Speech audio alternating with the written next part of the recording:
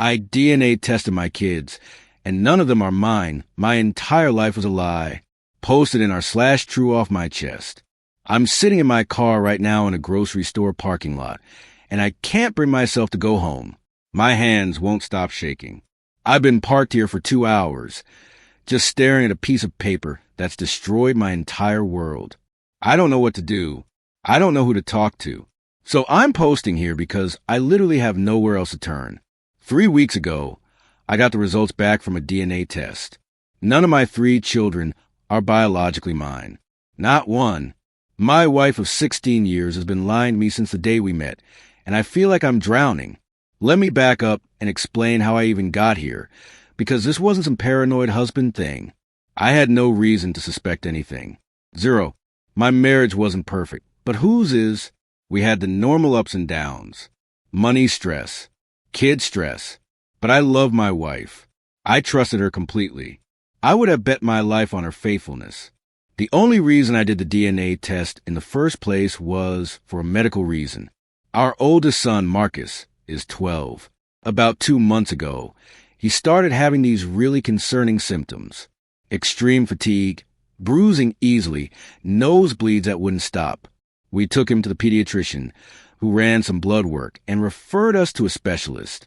The hematologist said there were some abnormalities that could indicate a genetic blood disorder. They asked about family medical history. Here's the thing. I was adopted.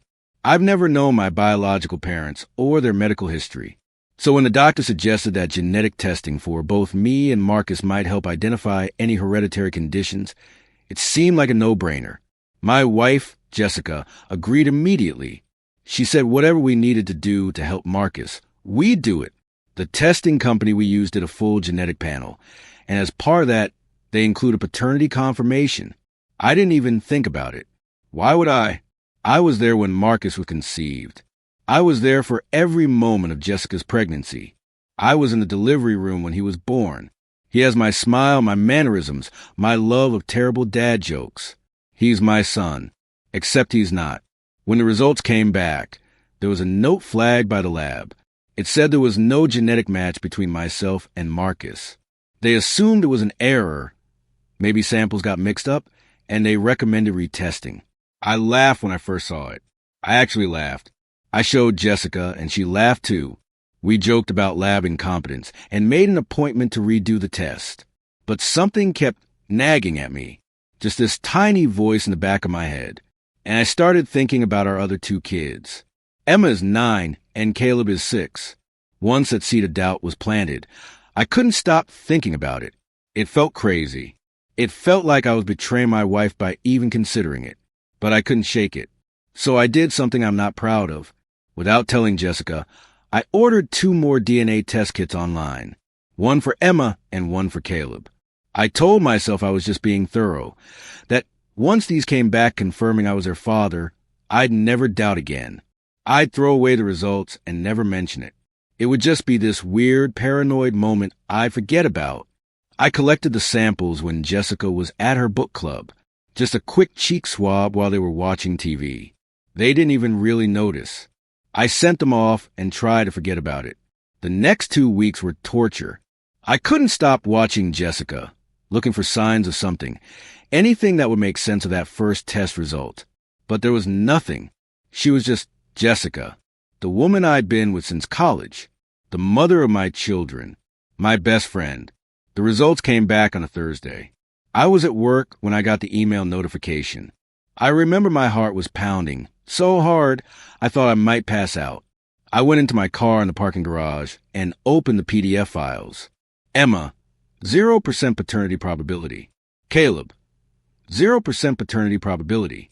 I sat there in my car for hours. I missed 2 meetings. I didn't answer my phone. I just sat there, numb, trying to process what this meant. None of them were mine. Not one of my 3 children carried my DNA. 16 years of my life, and everything I thought I knew was a lie. When I finally went home that night, I couldn't even look at Jessica.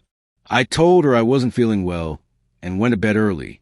I lay there in the dark, listening to her get ready for bed, feeling like a stranger was about to climb in next to me. When she did, and she kissed my shoulder and said, "I love you," Like she had 1,000 times before, I had to bite my tongue to keep from screaming. I didn't confront her right away. I know that sounds cowardly, but I needed time to think. I needed to understand the scope of this. So, over the next week, I started digging into our past. Really digging. I looked through old emails, old Facebook messages, anything I could find from when we were dating and first married. And things started clicking into place. Things I'd never questioned before suddenly looked different. When we met in college, Jessica had just gotten out of a really bad relationship that she never wanted to talk about. She was vague about the details, just said it was toxic and she wanted to move on. I respected that. I never pushed. We started dating in January of our senior year. By March, she told me she was pregnant. I was shocked, terrified, but also weirdly excited. We'd been careful, using protection. But these things happen, right? Jessica seemed upset, but resigned. She said she wanted to keep the baby and asked if I'd stay with her. Of course I said yes. I loved her. We'd figure out together. We got married that summer, right after graduation. Small ceremony, just family and close friends. Marcus was born in September. Everyone commented on how big he was for a premature baby, but the doctor said some babies are just big. I never thought twice about it. But now, looking back at the timeline with clear eyes, I realized Jessica must have already been pregnant when we started dating. Marcus wasn't premature at all. He was full term. She knew she was pregnant, and she picked me.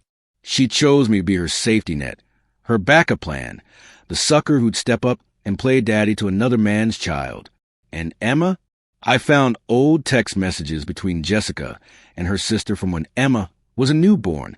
Her sister had written, "Does he still not suspect anything?" And Jessica had replied, "No, he has no idea. I'm in the clear." At the time, if I'd seen that, I probably would have assumed they were talking about a surprise party or something innocent. But now I knew exactly what they were talking about. I couldn't find anything concrete about Caleb, but at this point, it didn't matter. The pattern was clear. I finally confronted Jessica last Saturday. I printed out all 3 DNA test results and waited until the kids were at sleepovers and birthday parties. I put the papers on the kitchen table and asked her to sit down. I've never seen anyone's face go that pale that fast. She knew immediately what those papers were. She didn't even try to play dumb or make excuses at first. She just stared at them, tears streaming down her face, and whispered, "Oh, God." "Explain," I said. My voice didn't even sound like mine. It was cold and flat.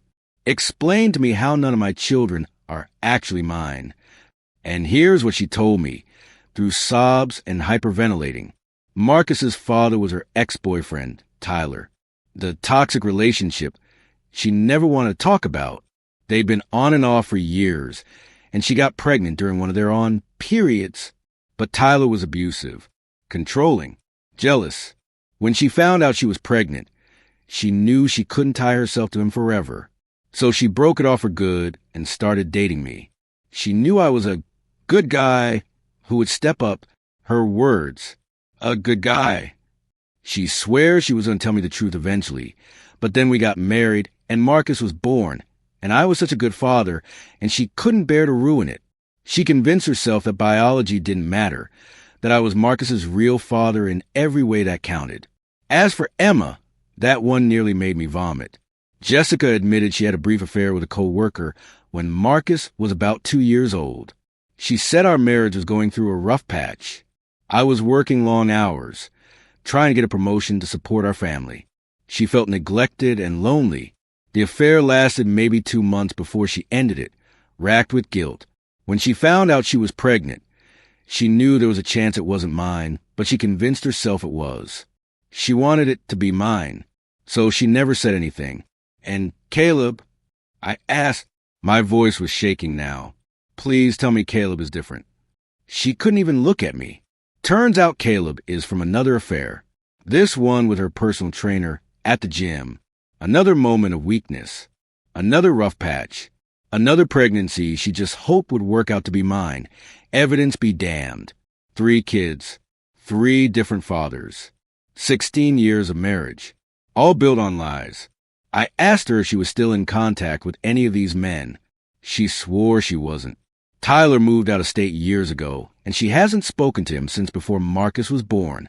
The co-worker quit shortly after their affair ended, and she hasn't seen him in nearly a decade. The personal trainer, she says, doesn't even know she got pregnant. So, what do we do now? She asked me, her face red and puffy from crying. Can we get past this? Can we go to counseling? I just stared at her. This woman, I thought I knew better than anyone. You've lied to me for 16 years, I said. You let me raise 3 children thinking they were mine. You watched me work myself to the bone to provide for this family.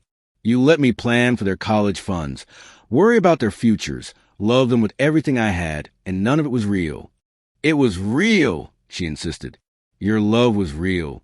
You're their father in every way that matters. You're the only dad they've ever known. And that's the part that's killing me. She's right. I am their dad. Marcus comes to me for help with his math homework. Emma tells me about her crush at school. Caleb still crawls into bed with me when he has nightmares. They don't know any of this. They think I'm their biological father. They think we're a normal, happy family. How do I destroy their entire world by telling them the truth? How do I look Marcus in the eye and tell him that his mom lied about who his father is? That the man he's called dad his entire life isn't actually related to him? But also, how do I keep living this lie? How do I stay in this marriage, in this house, pretending everything is fine when I feel like I don't even know who I am anymore? Jessica is begging me not to leave. She's promising to do whatever it takes to fix this. Therapy, complete transparency, anything. She keeps saying the kids need me, that I'm their father regardless of biology, that we can get through this. But I don't know if I can. Every time I look at them now, I see the lies. I see the evidence of her betrayals. And I hate that I feel that way, because they're innocent in all of this. They didn't ask for any of this.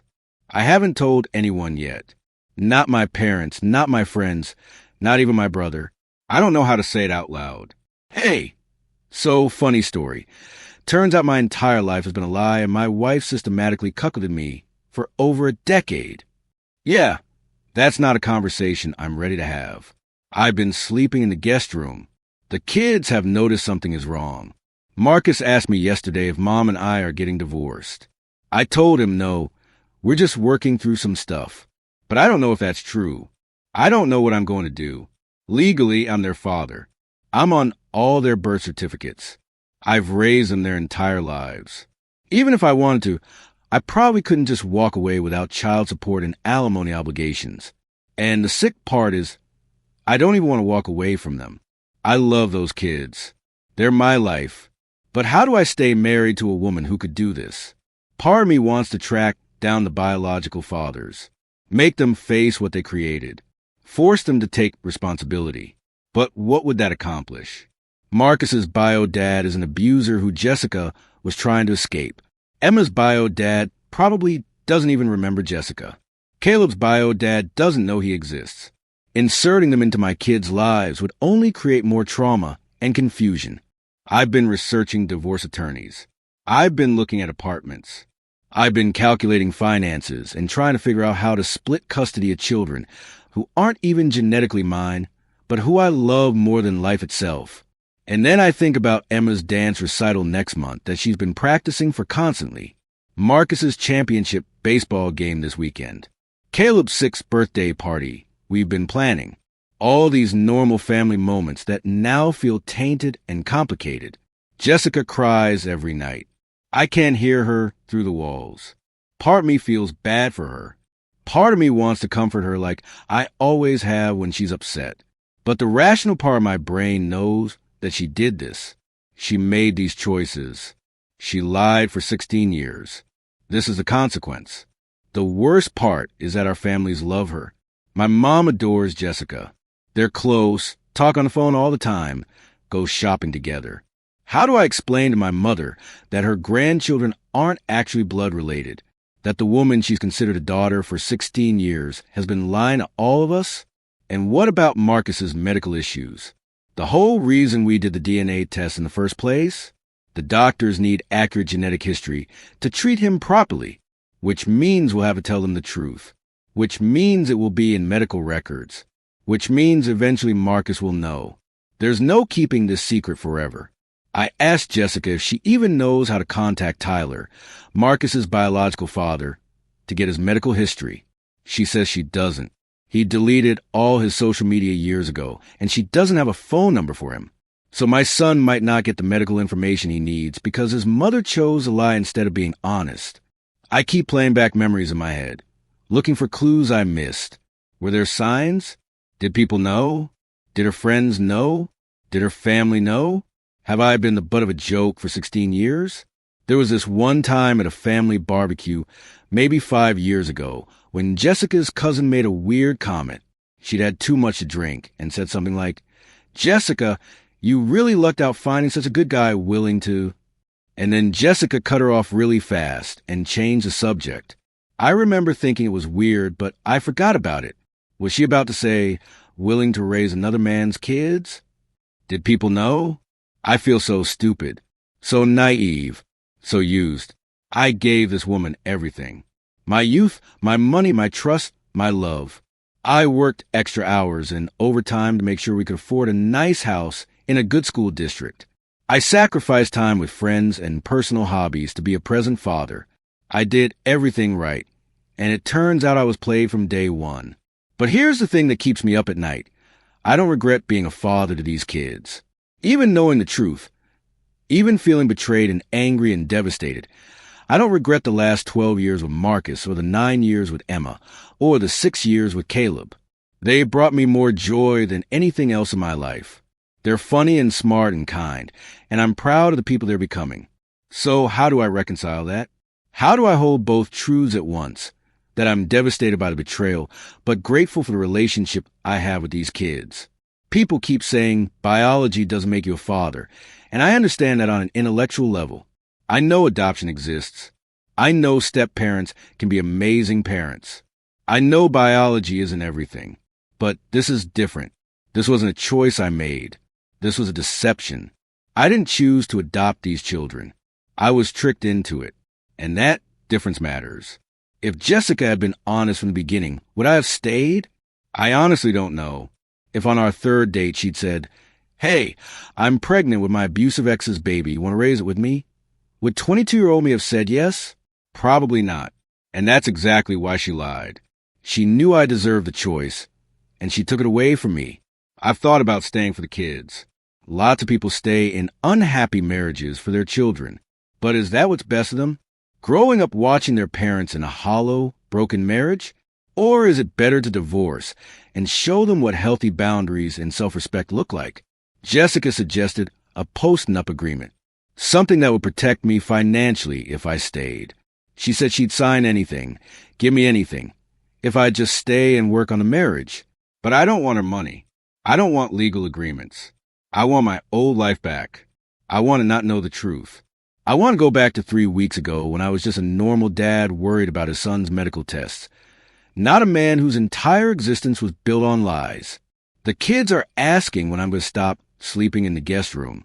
Caleb tried to crawl into bed with me last night after a bad dream and asked why I wasn't in my real bed with Mommy.